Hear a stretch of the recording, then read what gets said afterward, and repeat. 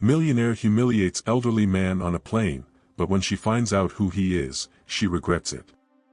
Hello, welcome. Enjoy, subscribe, and turn on notifications. John Williams, his hands calloused from years of hard work on the farm and his heart racing with nerves, walked down the narrow airplane aisle. The first-class ticket, an unexpected prize from a community raffle, felt as much a burden as a gift. He could feel the eyes on his back, assessing his worn jacket and scuffed shoes, as if every step broadcasted a silent judgment. Carefully tucking his straw hat into his carry-on bag, he tried to ignore the overwhelming sense of not belonging.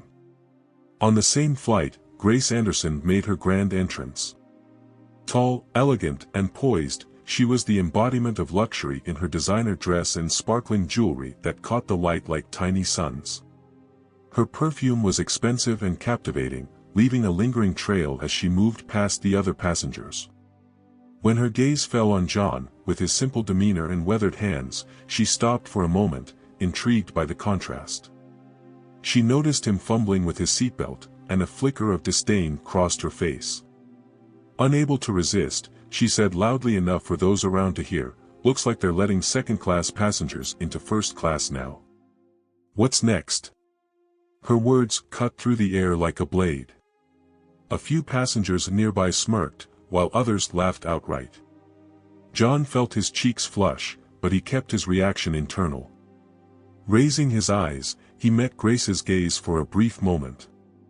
While she expected him to shrink away in embarrassment, what she saw instead was a steady, unwavering look.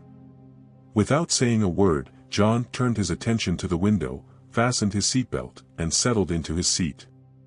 Inside, though, her words echoed painfully. This wasn't the first time he'd encountered prejudice. Public humiliation, while stinging, had taught him a valuable lesson over the years: to remain steadfast because the people who truly mattered would never judge him for his appearance or background. Closing his eyes, he let the hum of the airplane transport him to a calmer memory. He pictured his late wife, Mary, whose laughter had been a source of comfort and joy in his life. He thought about the promise he'd made to her on her deathbed, to carry on and uphold the values they had shared. Mary had been his moral compass, and he had sworn to never let bitterness take root in his heart. Grace, comfortably seated in her spacious first-class seat, barely noticed John's expression. To her, he had already served his purpose as a momentary source of amusement. Sipping her champagne, she flipped through the pages of a fashion magazine, her mind already moving on. Men like John were background noise to her, pieces of scenery she dismissed as easily as she removed clothing tags. As the plane took off, two lives, as different as earth and sky, were about to collide in ways neither could have anticipated. The weeks after the flight passed uneventfully for John. He threw himself into his work on the farm, finding solace in the familiar rhythm of tending crops and maintaining the land. Grace, meanwhile, returned to her opulent life of social events and charity galas, her fleeting encounter with John already forgotten. It wasn't until a crisp autumn evening that their paths crossed again, this time in an entirely unexpected way. Grace was hosting a lavish dinner at her estate, a sprawling property with manicured gardens and a dining room that could easily seat 30. The occasion was special. Her daughter Emily was introducing her boyfriend, Michael, to the family for the first time. Grace prepared meticulously. She ensured the table was adorned with her finest china, the chef crafted a menu worthy of a Michelin star, and her own appearance was impeccable. Everything had to be perfect. Emily, her only child, was the center of her world, and Grace wanted nothing less than excellence for her daughter's life. When the doorbell rang, Grace greeted the young couple warmly. Emily beamed with happiness, and Michael, a polite and confident young man, charmed Grace almost instantly.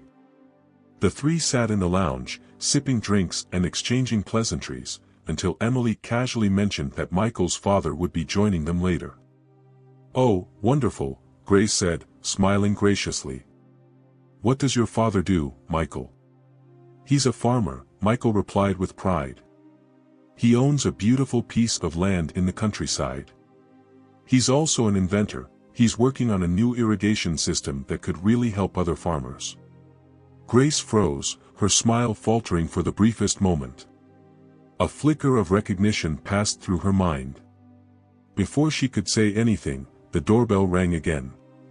Emily jumped to her feet, excited. That must be him.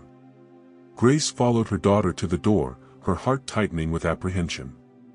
The door opened, and there he was, John Williams, standing in the soft glow of the porch light. His clean shirt and neatly combed hair couldn't disguise his humble roots, and his calm, steady gaze met Grace's with an intensity that made her stomach drop. "Dad," Michael said, stepping forward to hug John. Grace stood frozen, the realization hitting her like a wave.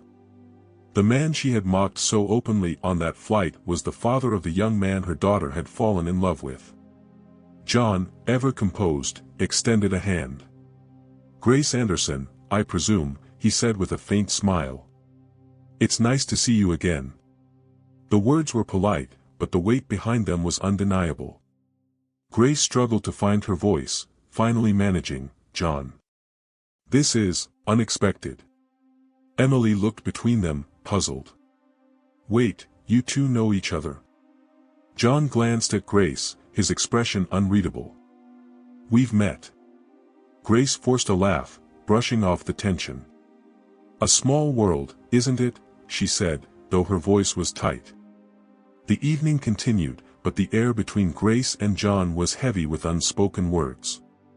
At the dinner table, John's humility and warmth shone through as he spoke about his work and his dreams for his irrigation system.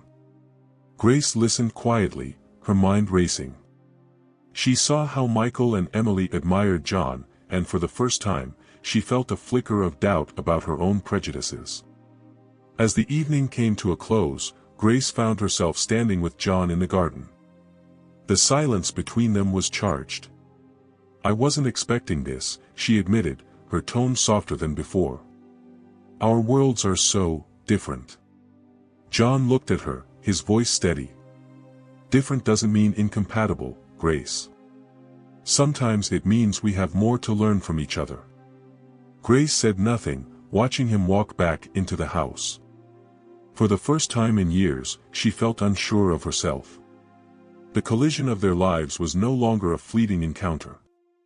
It was a growing storm, and neither of them could predict where it would lead. In the days following the dinner, the tension between Grace and John lingered like an invisible thread pulling them into uncomfortable proximity. Emily and Michael, blissfully unaware of the unspoken conflict, began spending more time together at both families' homes. This arrangement forced Grace and John to interact more than either had anticipated, or wanted. One afternoon, Grace invited John over to her estate under the guise of discussing Emily and Michael's relationship.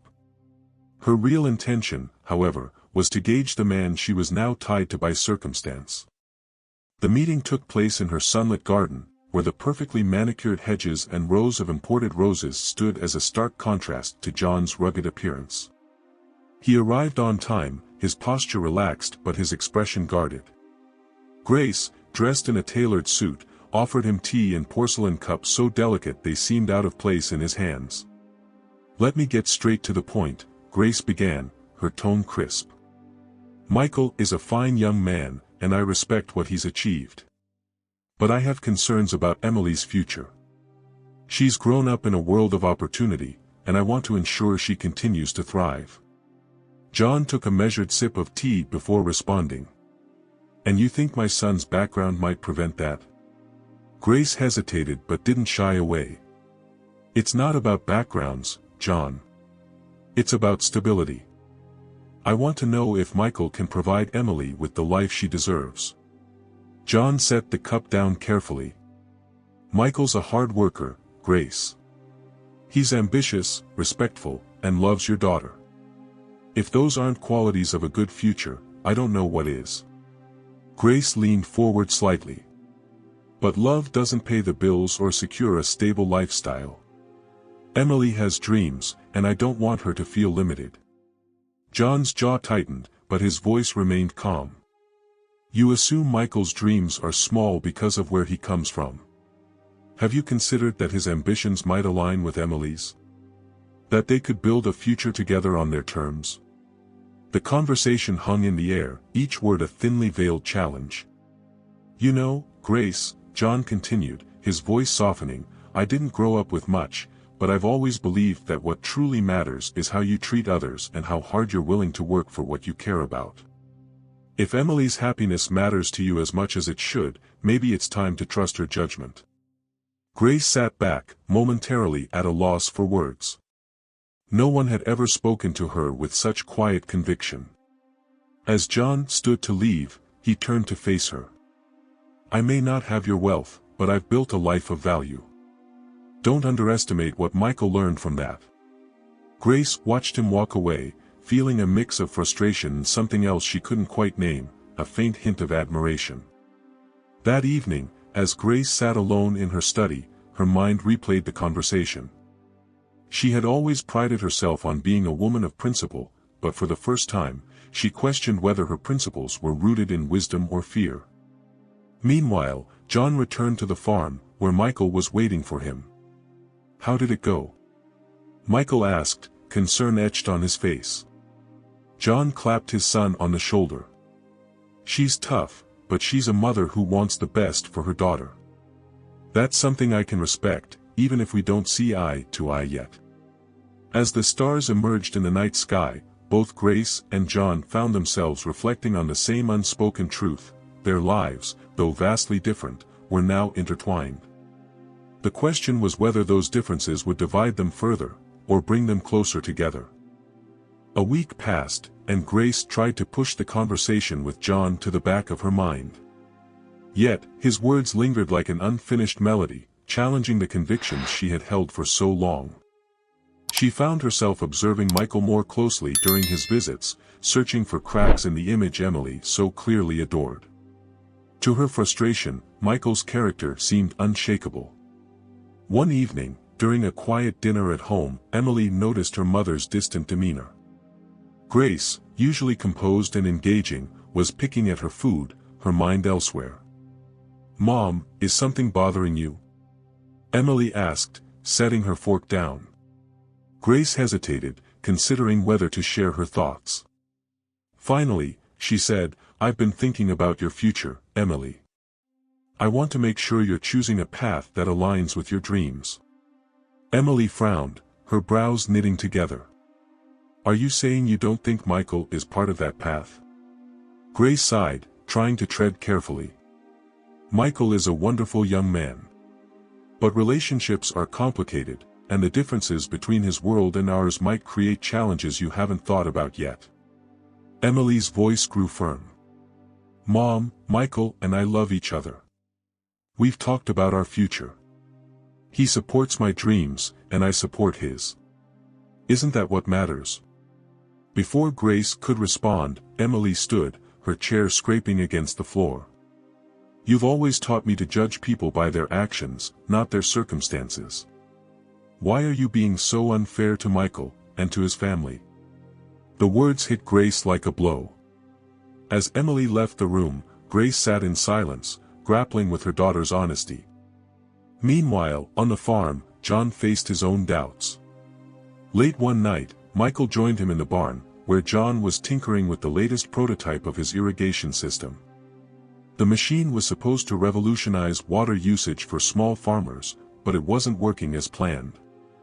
John wiped sweat from his brow, his frustration evident. Still no luck? Michael asked, leaning against the workbench. John shook his head.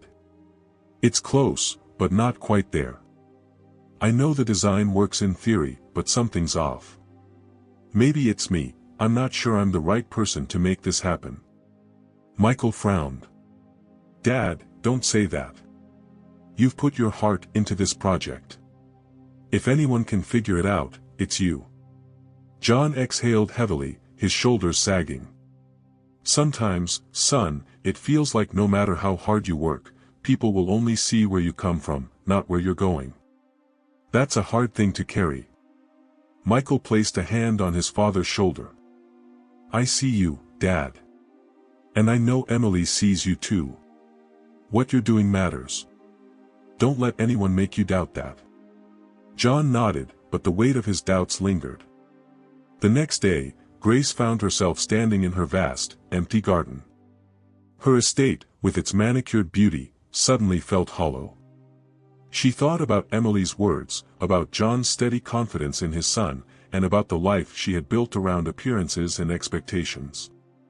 For the first time in years, Grace began to wonder if her vision of success was as complete as she had always believed, or if she had been chasing shadows instead of substance.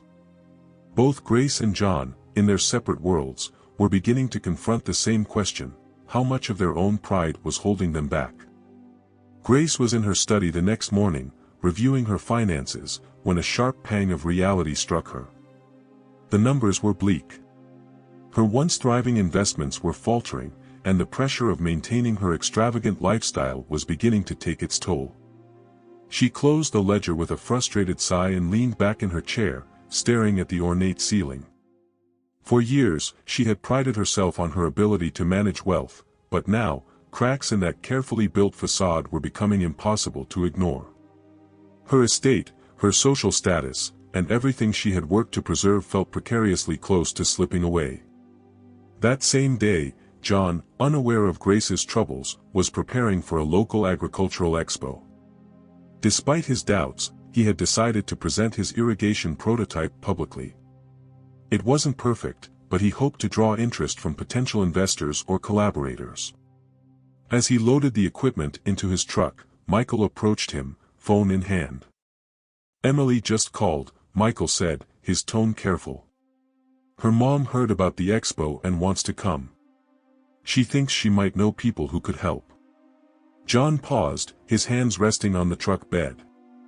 "Grace Anderson wants to help me?" he asked, skepticism thick in his voice.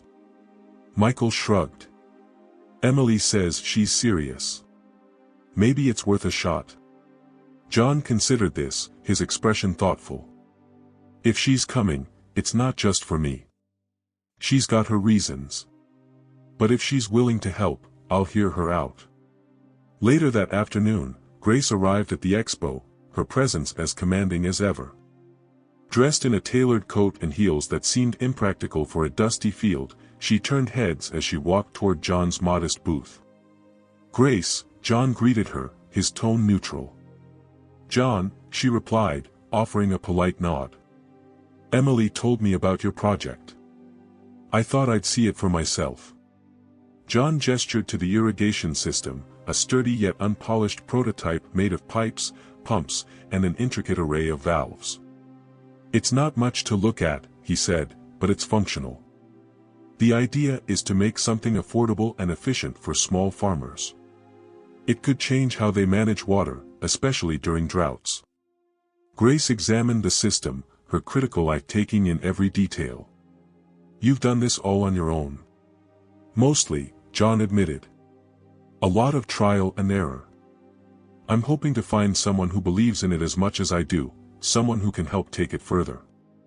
Grace considered his words, then said, "John, I've been thinking. My connections might be able to open doors for you, investors, grants, partnerships. But I want to propose something more than that. What if we work together?" John blinked, caught off guard. "You want to be my partner?" Grace nodded, her tone pragmatic. "Your invention has potential, but you need resources and visibility. I can provide that. In return, we both benefit. It's a business arrangement, nothing more." John studied her, his eyes narrowing slightly. "You don't strike me as someone who does things purely out of generosity."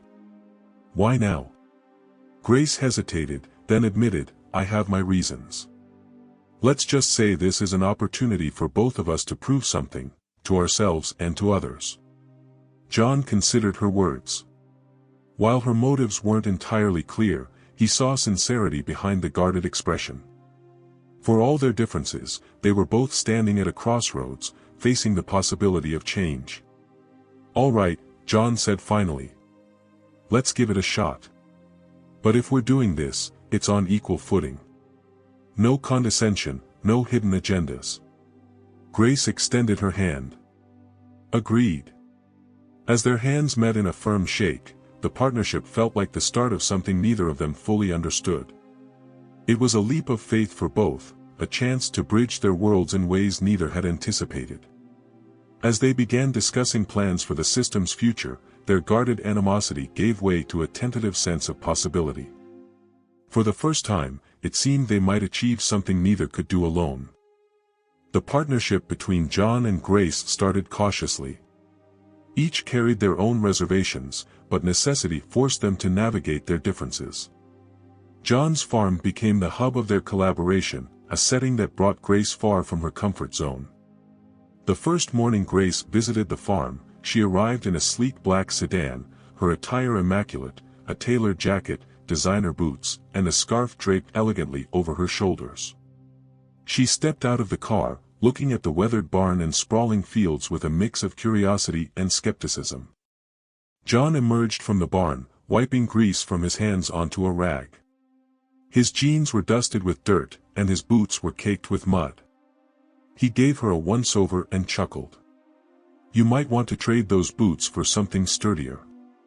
The fields don't care much for style." Grace raised an eyebrow but followed him into the barn without a word. The scent of soil and machinery was overwhelming, and the chatter of chickens nearby added to the rural cacophony. John led her to a workstation where the irrigation prototype sat, partially disassembled. "Here's where the magic happens," he said, gesturing to the cluttered bench. "We're tweaking the design to make it easier to assemble on site." Grace folded her arms. "It's functional, but it's not market-ready. If we're going to present this to investors, it needs polish. A good product needs to inspire confidence." John smirked. "Confidence doesn't grow crops, Grace. Farmers need results, not a pretty machine. And investors need to believe in what they're funding," she shot back. "If it looks unreliable, they'll assume it is." Their debate continued for hours, both refusing to back down. Grace demanded efficiency and aesthetics, while John insisted on practicality and cost-effectiveness. It was only when Emily and Michael arrived with lunch that the tension eased. As they ate under the shade of a large oak tree, Grace observed the camaraderie between John and Michael. Their laughter was genuine, their bond unshakable. It was a stark contrast to the transactional relationships she was used to in her world. After lunch, Grace surprised John by asking for a tour of the farm. "You really want to see the place?" John asked, skeptical. "I do," she replied firmly. The tour was eye-opening for Grace. She walked the rows of crops, the dirt clinging to her expensive boots, and listened as John explained the challenges farmers faced: unpredictable weather, rising costs, dwindling resources. He showed her the irrigation system in action, its simple design making an immediate impact on water distribution. As the sun dipped low, casting the fields in golden light, Grace found herself strangely moved. She had spent her life surrounded by abundance, yet here, in the simplicity of John's farm, she saw a depth of resilience and purpose that felt foreign and humbling.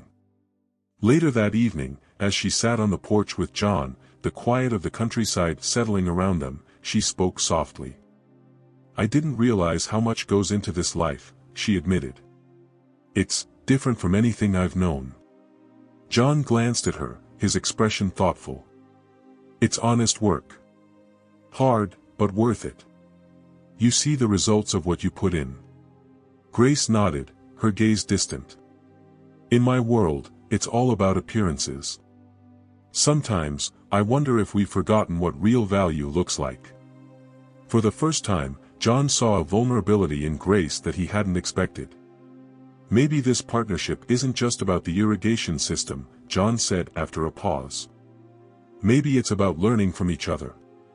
Grace met his eyes, and for once, there was no arrogance, only quiet agreement. As the stars began to emerge in the darkening sky, their partnership felt less like a business arrangement and more like the start of a mutual transformation. Neither would admit it, but the seeds of trust were beginning to take root.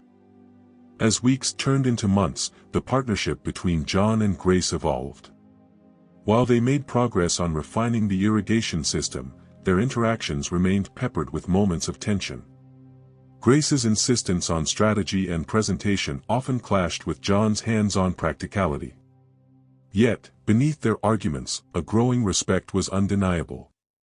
One evening, as John worked late in the barn, the faint sound of a car engine approached. He set down his tools and stepped outside, surprised to see Grace stepping out of her car. Her polished appearance was slightly frayed, her usually composed expression troubled. "Grace," John greeted her. "Didn't expect you this late." She hesitated before walking toward him. "I needed to talk to you.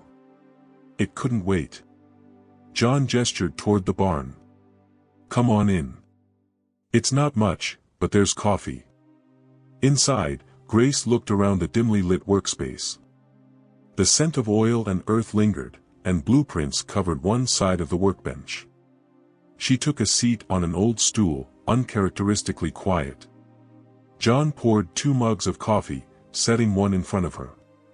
"What's on your mind?" Grace took a sip, her hands trembling slightly. "The investors," she began. "I've been speaking to some of my contacts, and while they're intrigued, they're hesitant.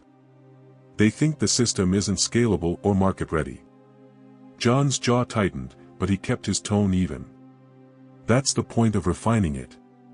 We're not finished yet." Grace set the mug down. "I know, but they don't see the potential the way you and I do. They want guarantees, proof that this will deliver returns quickly." John leaned against the workbench, crossing his arms. "It's not just about returns, Grace. This system is for the farmers, not corporate profits. If we lose sight of that, what's the point?" Her voice rose slightly. "Do you think I don't understand that? I'm trying to balance the reality of what investors need with what you want to achieve. If we don't secure funding, this project goes nowhere." Their words hung heavy in the air, the tension between them palpable. Grace stood abruptly, pacing the small space. "Do you know what's at stake for me?" she asked, her tone unsteady. "My finances are stretched thin. If this fails, I'm risking more than just money, I'm risking everything I've built." John's expression softened, his frustration giving way to understanding. "Grace, I didn't know it was that bad." She stopped pacing, her shoulders slumping slightly. "I haven't told Emily. She'd never understand. But I'm running out of time, and I'm not sure I can fix this." John stepped forward, his voice steady. "You've taken a risk by partnering with me. I see that now. But you're not in this alone. We'll figure it out, together." Grace looked at him, her guarded demeanor cracking. "Do you really believe that? Because sometimes, I wonder if I've made a mistake, trusting someone so different from me." John held her gaze. "We are different, Grace. But that's not a bad thing. You've taught me things I wouldn't have seen on my own. Maybe I can do the same for you." For a moment, the weight of their doubt seemed to lift. As Grace left the barn that night, driving back to her estate under the starlit sky, her mind raced with uncertainty. Yet, beneath it all, a glimmer of hope remained, a belief that their combined strengths could still make the impossible possible. John watched her taillights fade into the distance before returning to his workbench. He studied the blueprints, the pressure mounting on his shoulders. The stakes were higher than ever, but for the first time, he felt a shared determination, a fragile but growing trust between them that could turn the tide. The morning of the Agricultural Expo arrived, bringing with it a mix of nerves and anticipation. John and Grace stood side by side in the bustling venue, their booth set up to showcase the refined prototype of the irrigation system. The polished machine gleamed under the overhead lights, its improved design a testament to months of collaboration. The expo hall was alive with the hum of voices, the air charged with the energy of innovation. Farmers, investors, and industry leaders moved from booth to booth, exchanging ideas and making deals. Grace, impeccably dressed as always, exuded confidence as she prepared to deliver her carefully crafted pitch. John, however, was uncharacteristically quiet. He adjusted a bolt on the machine for the 5th time, his hands betraying his unease. Grace noticed and placed a hand on his shoulder. "Stop fidgeting," she said with a small smile. "You've done the work, John. Now let it speak for itself." John glanced at her, appreciating the gesture. "It's not the machine I'm worried about," he admitted. "It's whether they'll see the value in what we're trying to do." "They will," Grace assured him. "And if they don't, we'll make them see it." The first wave of visitors arrived, and Grace seamlessly took the lead, drawing them in with her charisma. She explained the system's benefits, how it conserved water, reduced costs, and could adapt to the needs of small farmers. Her polished delivery captivated the audience, and John was surprised to see nods of interest from some of the investors. When one attendee asked about the machine's real-world performance, John stepped in, his voice steady and confident. He shared stories of how the prototype had already helped his farm and neighboring properties during a recent drought. His authenticity resonated, painting a vivid picture of the system's potential impact. As the day progressed, the booth grew increasingly crowded. Investors asked pointed questions, and Grace deftly handled the technical and financial aspects while John provided practical insights. Their teamwork was unexpectedly fluid, each complementing the other's strengths. But the pivotal moment came late in the afternoon when a renowned agricultural investor approached. A tall, silver-haired man with a reputation for funding groundbreaking projects, he examined the machine closely before speaking. "This is impressive," he said, addressing both John and Grace. "But what's your vision for scaling this? How do you ensure it benefits the small farmers you're targeting without being co-opted by larger corporations?" John exchanged a quick glance with Grace before answering. "The heart of this project is accessibility. We've designed it to be affordable and easy to implement without relying on expensive infrastructure. And we're exploring partnerships with co-ops and local farming communities to distribute it directly, bypassing the corporate middlemen." The investor nodded thoughtfully. "That's an admirable approach. But can you execute it?" Grace stepped forward, her voice firm. "We can, and we will. John's system isn't just a product, it's a movement. We're not just selling technology, we're empowering communities. With the right support, this can redefine sustainable agriculture." The investor studied them both, then extended his hand. "I like what I'm hearing. Let's talk about how I can help." The handshake sealed their first major partnership. As the expo wound down, John and Grace stood side by side, watching the bustle of the venue with a mix of relief and pride. "We did it," John said, a hint of disbelief in his voice. Grace smiled, her usual sharpness softened. "We did. And this is just the beginning." For the first time, John saw her not as an adversary or even a business partner, but as an ally. Their journey had been far from smooth, but together, they had achieved something neither could have done alone. As they packed up the booth, Grace glanced at John and said, "You know, I never thought I'd be working with someone like you. But I'm glad I am." John chuckled. "Funny. I was thinking the same thing." That evening, as they parted ways, both felt a quiet sense of accomplishment, not just for the success of the day, but for the unlikely bond that had formed between them. Their partnership had turned a corner, and the road ahead, though uncertain, no longer seemed impossible. The days following the expo were a whirlwind of meetings and planning. The partnership with the investor brought a sense of momentum, but it also introduced new challenges. For John and Grace, the stakes were higher than ever. One evening, Grace invited John to her estate to finalize their presentation for a larger round of funding. John arrived in his old truck, parking it awkwardly in front of Grace's sleek driveway lined with manicured hedges. He glanced at the grand house, its towering windows glowing warmly in the evening light, and felt a pang of discomfort. Grace greeted him at the door, her demeanor more relaxed than usual. She was dressed casually in a sweater and slacks, a rare departure from her usual polished appearance. "Come in," she said, gesturing toward a spacious sitting room. "I thought we could work here. It's quieter than the dining room." John nodded, following her. The room was adorned with tasteful art, luxurious furniture, and a large oak table spread with papers, blueprints, and a laptop. As they worked through the details of the presentation, John couldn't help but notice how at ease Grace seemed in her element. She moved with confidence, her sharp mind evident in every suggestion and adjustment she made. At one point, Grace paused, pouring them both a glass of wine. "John, I've been meaning to ask," she said, her tone thoughtful. "Why haven't you expanded your farm?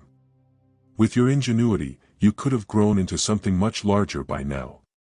John took a sip of wine before answering. "That's not what I wanted. My focus has always been on sustaining what I have and helping others around me do the same. Bigger doesn't always mean better, especially when it comes to farming." Grace leaned back in her chair, considering his words. "It's a different way of thinking. In my world, expansion is everything. If you're not growing, you're falling behind." John chuckled. "And sometimes, if you grow too fast, you lose your roots." The words hung in the air, resonating with Grace in a way she hadn't expected. She set her glass down, her expression softening. "You know, I used to think I had everything figured out. My life was built on control, making the right connections, securing the best opportunities. But working with you, I've realized how much I've overlooked. The things that truly matter." John studied her, surprised by the vulnerability in her voice. "And what do you think really matters?" Grace hesitated before answering. "Relationships. Integrity. The kind of impact that lasts beyond wealth or status." For a moment, the guarded walls between them seemed to dissolve. They sat in silence, the conversation taking on a depth neither had anticipated. Later that night, as John was leaving, Emily arrived home.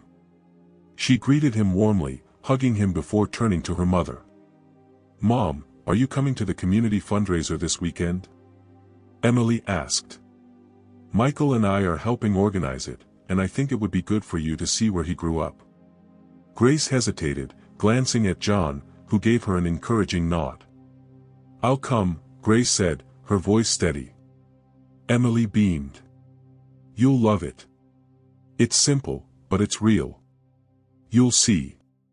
That weekend, Grace found herself in a modest community hall surrounded by people who greeted her warmly despite her unfamiliarity with their world. Michael introduced her to neighbors and friends who spoke highly of John, their admiration for his work evident. As Grace listened, she began to see the impact John had on those around him. It wasn't wealth or power that made him respected, it was his character and the way he uplifted others. By the end of the evening, Grace felt a shift within herself. Her perspective was changing, and though she couldn't fully articulate it, she knew her life was becoming intertwined with something far greater than she had ever anticipated.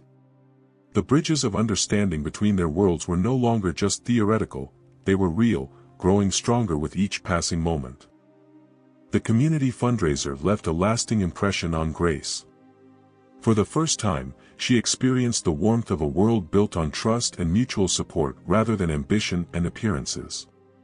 The simplicity of the gathering, the laughter, and the shared stories lingered in her mind as she returned to her estate. But Grace's transformation was not without resistance. Her long-held beliefs and the pressures of her own world still weighed heavily on her. As much as she admired John's authenticity, a part of her still questioned whether their collaboration, and the changes it was sparking in her, were sustainable. One evening, Grace sat in her study, staring at the financial report spread across her desk. The numbers were improving slightly thanks to her partnership with John, but her personal expenses were still a source of stress. Her lavish lifestyle, once a symbol of her success, now felt like an anchor. A knock at the door interrupted her thoughts. Emily stepped in, her expression hesitant. "Mom, do you have a minute?" Grace gestured for her to sit. "Of course. What's on your mind?" Emily hesitated before speaking. It's about Michael. He wants to propose. Grace's heart skipped a beat. Propose? Emily nodded, her eyes shining with excitement. He told me last night. He hasn't bought a ring yet, but he's serious. And so am I, Mom. I love him. Grace's throat tightened. She managed a smile, though her mind was racing. That's wonderful, Emily. Michael's a good man. Emily reached across the desk to take her mother's hand. I know you've had your doubts, but I want you to be honest with me. Can you accept him, truly accept him and his family? Grace felt the weight of the question. She thought of John, of his unwavering principles and the humility that had slowly unraveled her prejudices.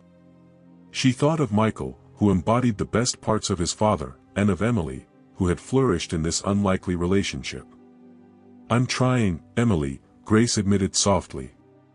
And I see now that my doubts weren't about Michael or his family. They were about me, my own fears, my need for control. But I see how happy he makes you, and that's all I've ever wanted. Emily smiled, relief washing over her face. Thank you, Mom. That means everything to me. Later that week, Grace faced another unexpected challenge. One of the investors she had been courting for the irrigation project requested an in-person meeting at John's farm. Grace knew the farm well by now, but the thought of presenting it to a high-profile investor made her uneasy. When the day arrived, Grace wore her best business suit, determined to strike a balance between professionalism and the rugged charm of the farm. John met her at the gate, his expression amused. Looking sharp, he teased. You trying to sell the farm itself? Grace smirked. Just trying to make a good impression. This investor could be a game changer for us. The investor arrived shortly after, a sharp, no-nonsense woman named Margaret who had a reputation for backing only the most innovative ventures. Margaret was polite but clearly skeptical as John and Grace walked her through the farm, explaining the system's capabilities and their vision for its implementation. At one point, Margaret stopped, turning to Grace. You're clearly passionate about this project, but I have to ask, why are you involved? A system like this seems out of your usual scope. Grace hesitated, glancing at John before answering. I'll admit, this project is unlike anything I've done before. But working with John has taught me that innovation doesn't just come from boardrooms or labs. It comes from necessity, from people who understand the problems they're trying to solve because they live them every day. This system isn't just a product, it's a solution. And it has the potential to change lives. Margaret studied her, then nodded. That's the most honest answer I've heard in a while. I'll be in touch. After Margaret left, Grace let out a deep breath, turning to John. Do you think she'll invest? John smiled. If she doesn't, someone else will. We've got something real here, Grace. For the first time, Grace believed him. As they stood in the fading light of the farm, the walls Grace had built around herself continued to crumble. Her partnership with John had become more than a business arrangement, it was a journey of self-discovery, and she was finally ready to embrace it. As the days passed, Margaret's visit brought both hope and tension. Grace and John awaited her decision, knowing it could define the next phase of their project. The pressure weighed heavily on both of them, and small disagreements began to surface. One afternoon, Grace arrived at the farm to discuss next steps. She found John in the barn, his shirt soaked with sweat as he repaired a tractor. He didn't greet her right away, focused on the task at hand. Do you ever stop working? Grace asked, her tone light but with an edge of impatience. John wiped his hands on a rag and turned to her. Not when there's work to be done. What brings you by? She held up a folder. The investor packet. We need to tighten the financial projections before Margaret makes her decision. John nodded but didn't move to take the folder. Instead, he leaned against the tractor, his expression unreadable. I've been thinking about those projections. They're optimistic, maybe too optimistic. What if we're overpromising? Grace's brow furrowed. We're not overpromising, John. We're showing potential. There's a difference. John crossed his arms. Potential is one thing, but I won't sell this on empty promises. This system is about helping farmers, not just impressing investors. Her voice sharpened. And without those investors, the system won't get to anyone. Do you want this to succeed or not? John's eyes darkened. Of course I do. But I won't compromise the heart of it just to get funding. The tension between them boiled over. Grace slammed the folder onto the workbench.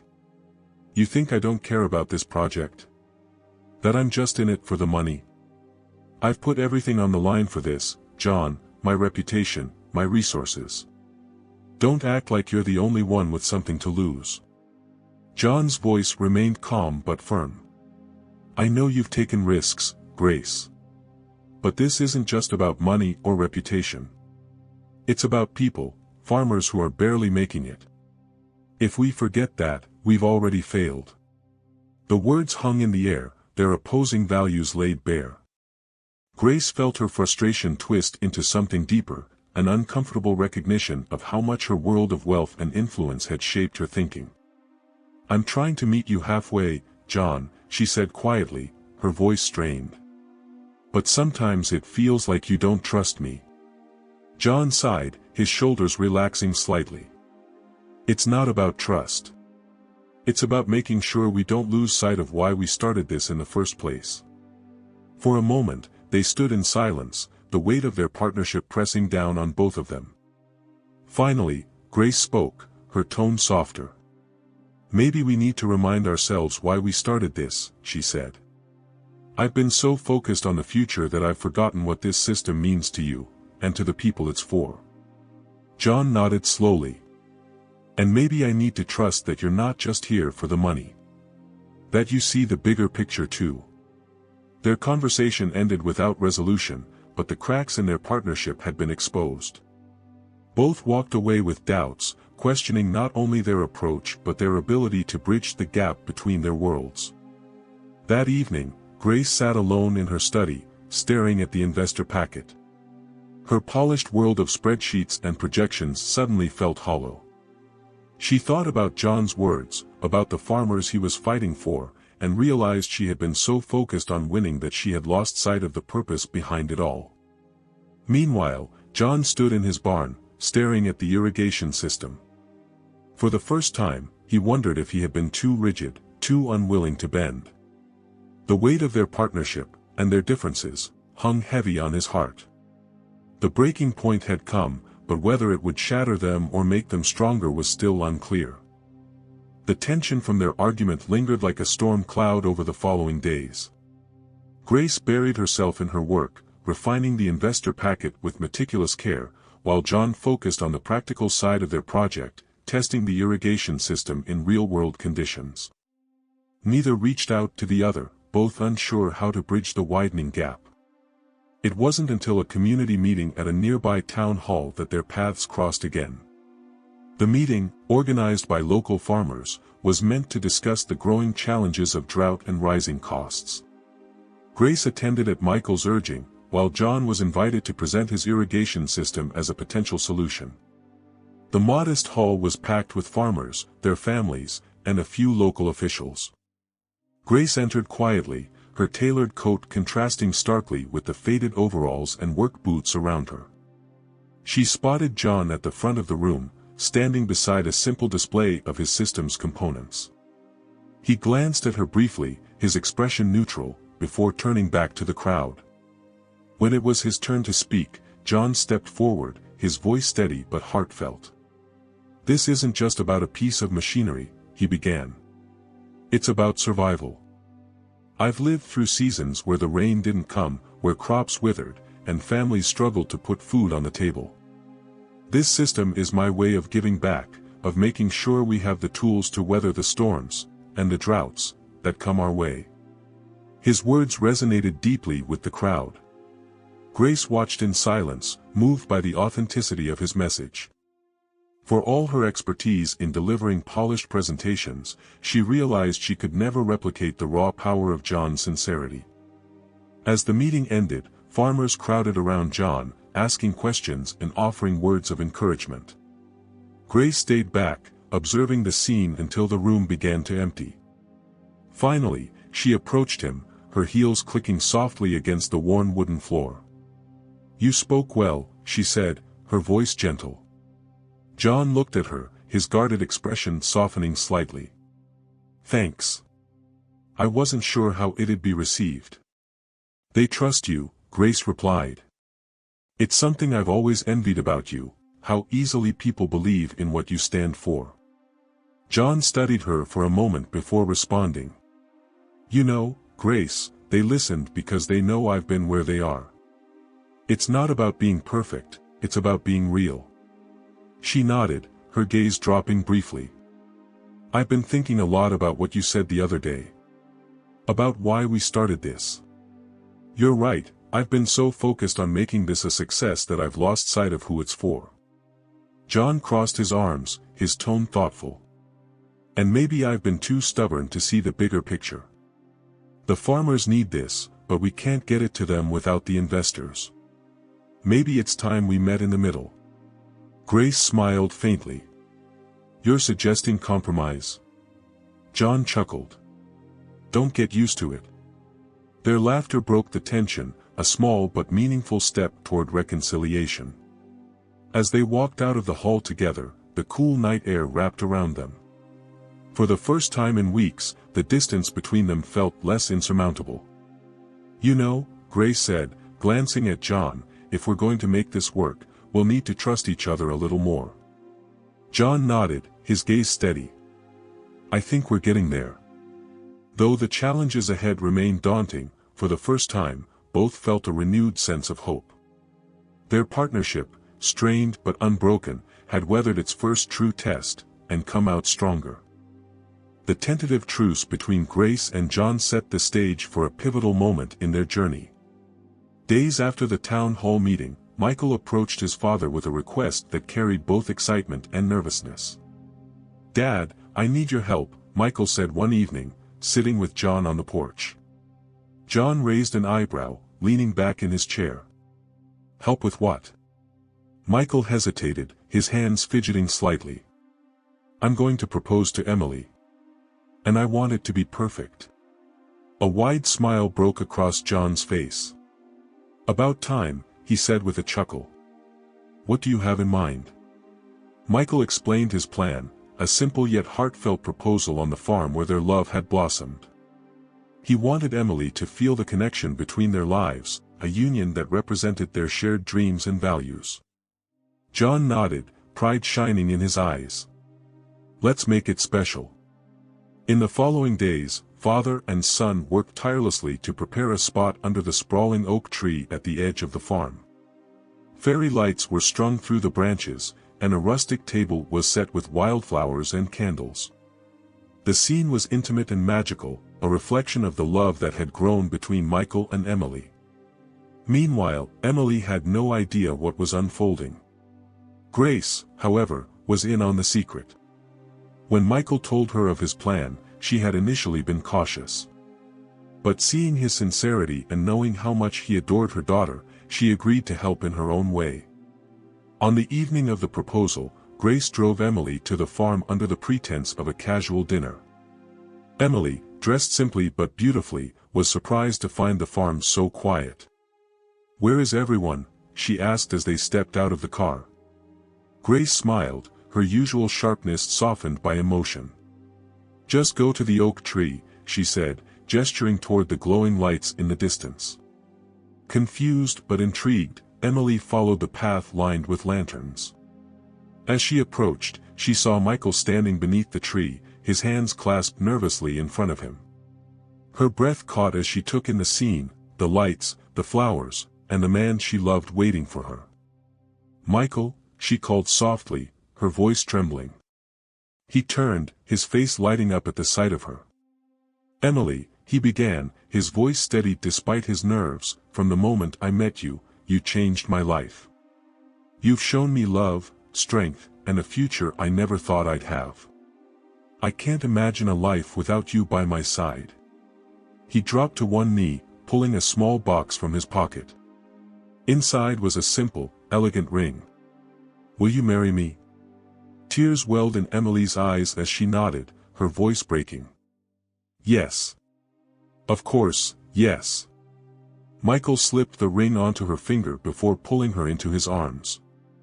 The applause that erupted startled them both, and they turned to see John, Grace, and a small group of friends and family emerging from the shadows.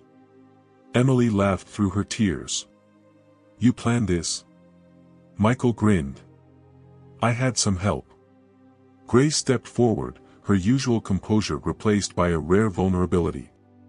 She embraced her daughter, whispering, "You've made a beautiful choice." John clapped Michael on the back, his pride evident. "Welcome to the family, son." The evening turned into a celebration, filled with laughter, music, and stories under the stars. For the first time, Grace and John stood side by side, not as reluctant partners, but as two people united by their children's love and a shared sense of purpose. As the night wore on, Grace found herself sitting next to John, watching Emily and Michael dance beneath the oak tree. "Looks like we've been pulled into something bigger than both of us," Grace said, her voice carrying a hint of humor. John smiled, his gaze fixed on the couple. "Bigger, but better."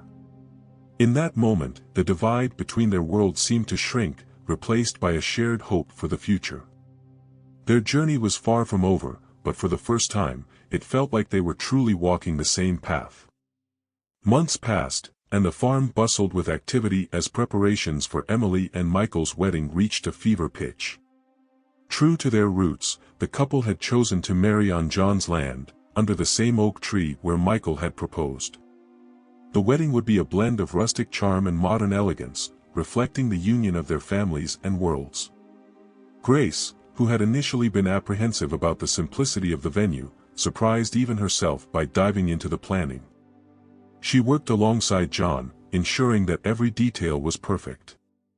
From the flower arrangements to the menu, their collaboration flourished, blending her refined taste with his down-to-earth practicality. The morning of the wedding dawned clear and bright. The farm was transformed into a dreamlike setting. Rows of white chairs lined the grassy aisle leading to the oak tree, adorned with soft drapes and wildflowers. String lights twinkled overhead, creating a magical atmosphere. Emily, radiant in a flowing lace gown, stood in the farmhouse with Grace by her side. As Grace adjusted the veil, she paused, her voice trembling slightly. "You look breathtaking, Emily," she said, her eyes glistening with emotion. Emily turned to her mother, her smile soft. "Thank you, Mom. For everything." Grace hesitated before speaking again. "I wasn't sure about this at first," she admitted, her voice barely above a whisper.